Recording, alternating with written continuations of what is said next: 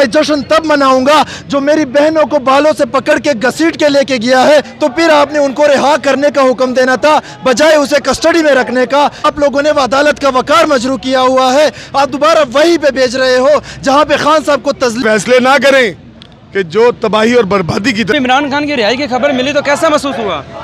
रिहाई की खबर से मैं कहूँगा कि मुझे मायूसी हुई है।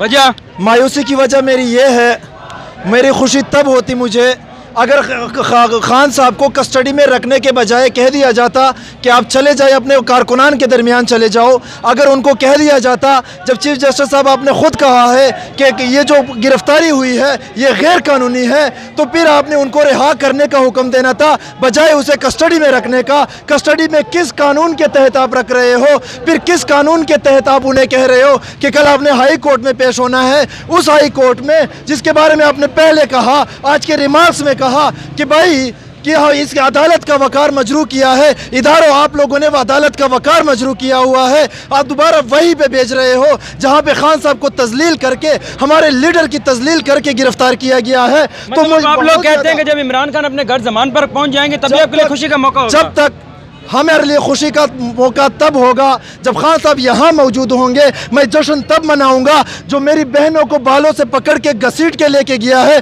उनको इंसाफ मिलेगा। मैं जश्न तब मनाऊंगा जो मेरे कारकुनानों पे गोलियां चला के शहीद किया गया है, उनको जब इंसाफ मिलेगा मैं तब जश्न मनाऊंगा। मैं तब जश्न मनाऊंगा जो पुरामन निहत्ते लोगों पे शेलिंग कर ली गई है, उनको इंसाफ मिलेगा। मैं तब जश्न मनाऊंगा, उससे पहले मैं जश्न नहीं मना सकता। मैं तब जश्न मनाऊंगा जब कानून पे अमल दरामद होगा। मैं तब जश्न मनाऊंगा जब चीफ जस्टिस साहब कहते हैं कि आप लोगों ने अदालत का वकार मजरू किया है, आपकी ये सज़ा है, आपकी ये सज़ा मिलेगी। तो मैं तब जश्न मनाऊंगा जब चीफ जस्टिस साहब आइन पे अमल दरामद करवाएंगे। इससे पहले मैं कोई जश्न नहीं मना सकता। मेरे कारकुनान शहीद हुए हैं, मेरा खान साहब यहाँ हमारे दरमियान नहीं आया है। आपने बुंडे मुकदमात बनाए हैं, एक इंक्वायरी होनी थी लेकिन आपने उन्हें गिरफ्तार तजलील करके गिरफ्तार किया है। मैं कैसे जश्न मनाऊंगा? आपने उन पे 175 केसेस बनाए हैं जिनका कोई सर नहीं है। आपने उनको वो केसेस जिनको आपने ख़त्म करना है, लेकिन आप उन्हें ज़मानत पे ज़मानत दे के जलील करके दोबारा बुला रहे हो। तो अब मुझे तब खुशी होगी, मैं तब कहूँगा कि सुप्रीम कोर्ट से मुझे खुशी मिलेगी फ़ैसले से, जब जो 75 साल से हम पे जो इदारे हुकूमत कर रहे हैं उनको ये लगाम देंगे। अच्छा ये बताइएगा, जब भी शैलिंग हो या मुश्किल वक्त हो तो आम कारकुन हज़ारों की तादाद में इमरान खान का साथ देने के लिए पहुंच जाते हैं, लेकिन बड़ी लीडरशिप में नज़र नहीं आती। तो इस हवाले से आप इमरान खान से क्या मुतालबा करना चाहेंगे? खान साहब ने जो सबसे बड़ा शऊर हमें दिया है, या जो हम नौजवानों को शऊर दिया है, उन्होंने कहा है कि आप में से हर बंदा लीडर है, आप में से हर बंदा कारकुन, जो भी कारकुन है वो लीडर है। आप लोग इनके लिए नहीं निकलना। मैं सेल्फियाँ नहीं बनाता लीडर्स के साथ, क्योंकि उन्होंने बताया है ये जहनी गुलामी की निशानी है। मैं सर जश्न अभी नहीं मनाऊँगा, मैं जश्न अभी बता चुका हूँ, मैं नहीं बना सकता अभी। उन्होंने सबसे पहले जो सबसे ज़्यादा शऊर दिया है, इसलिए हर बंदा यहाँ पे जो भी नज़र आए, आपको कारकुनान नज़र आए, हमें लीडरशिप से कोई गिला नहीं है। उनकी भी मजबूरियाँ है, उनको भी गिरफ्तार किया जा रहा था। यहाँ पे हर बंदा कारकुन, हर बंदा लीडर है, और हम अपने लिए निकले हैं, आने वाले नस्लों के लिए निकले हैं। तो इसमें हमें लीडर्स की ज़रूरत ही नहीं है। खान साहब वहाँ भी बैठे हो तब भी हम यहाँ निकलेंगे, हमारे यही जज्बात रहेंगे। हम जब तक खान साहब यहाँ नहीं आएंगे तब तक हम यहाँ से जाएंगे ही नहीं, हम फिर भी बैठे रहेंगे। तो इसके अलावा आप क्या कहना चाहेंगे? जो लोग घरों में बैठे हैं उनको क्या पैगाम देंगे? जो लोग घरों में बैठे हैं, आप लोग अगर बैठे रहे घरों में, तो ये जो 75 साल के बाद हमें एक मौका मिला है इनकलाब लाने का, 75 साल के बाद जो मौका मिला है ये जो इदारे हम पे हुकूमत करते आ रहे हैं, इनसे जान छुड़ाने का, अभी भी अगर आप घर बैठे रहे तो सबसे बड़े मुजरिम आप होंगे। कल आप पछताओगे, कल आप अफसोस करोगे। इसलिए आज है मौका निकलने का, आज ही आना चाहिए, निकलना चाहिए अपने हकूक़ के लिए। मौका मिल गया है तो ईंट रख दी गई है, इनकलाब की ईंट रख दी गई है, तो अब इनकलाब में साथ दे दो और ये आज़ादी हासिल करने में हमारा साथ दे दो। मतलब निकलना चाहिए। मतलब आपको इमरान खान के अलावा और कोई लीडरशिप नहीं चाहिए? हमें इमरान खान ने शऊर इतना दे दिया है कि इमरान खान साहब वहाँ बनते, लेकिन हम यहाँ लड़ रहे हैं। यही सबसे बड़ा हमारा वो है, यही सबसे बड़ा सरमाया है हमारा। अंकल जी आप सुनाएं कि आप भी आज खुशी मनाएंगे या कल खुशी मनाएंगे जब आपका कप्तान घर पहुँच जाएगा? बेटा हर बंदे के अपने जज्बात हैं जी।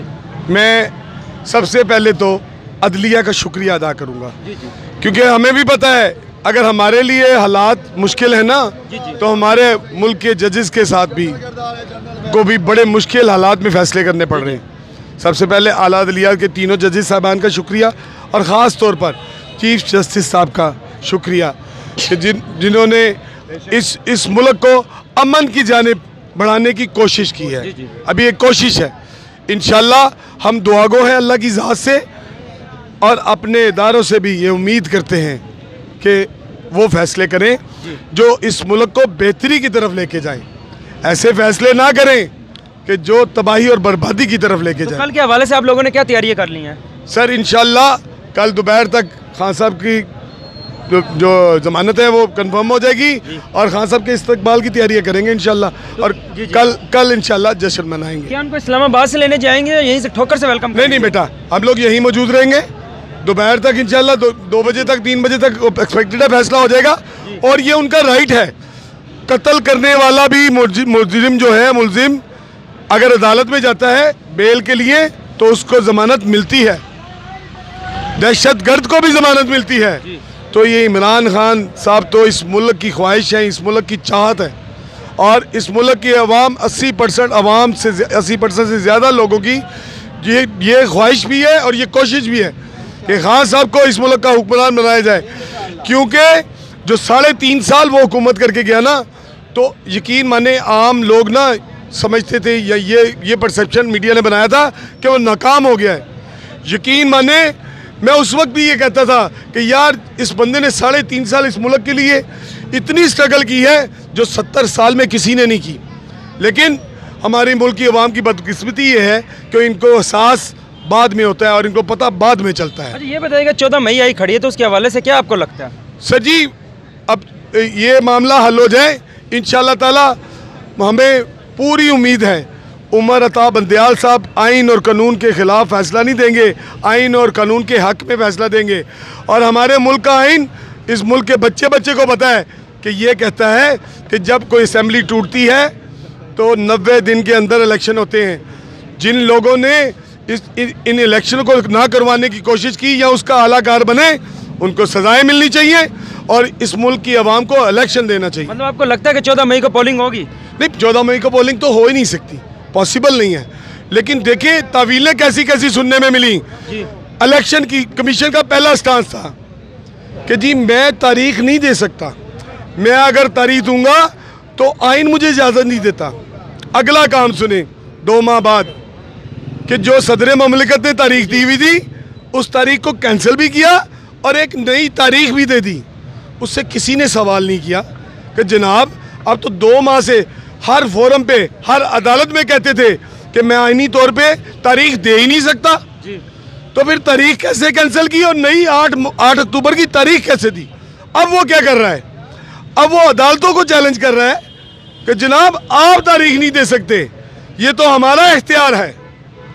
आफरीन खुदा की कसम हैरानगी होती है कि यार झूठ बोलते हुए बंदे को शर्म आती है। और इस एक आईनी इदारे का सरबराह है वो, उसको मुंशी को शर्म ही नहीं आती। कभी कहता है मैं तारीख दे नहीं सकता, कभी ये खुद से तारीख कैंसिल भी करता है और देता है। तो और मतलब पाकिस्तान के अंदर कोई रूल्स ऑफ लॉ कोई रूल ऑफ लॉ नहीं है भाई। लेकिन मुझे इस मुल्क के चीफ जस्टिस से ये उम्मीद भी है और हम लोग PTI के चाहने वाले उसके लिए दुआ गो भी हैं। पाकिस्तान जिंदाबाद।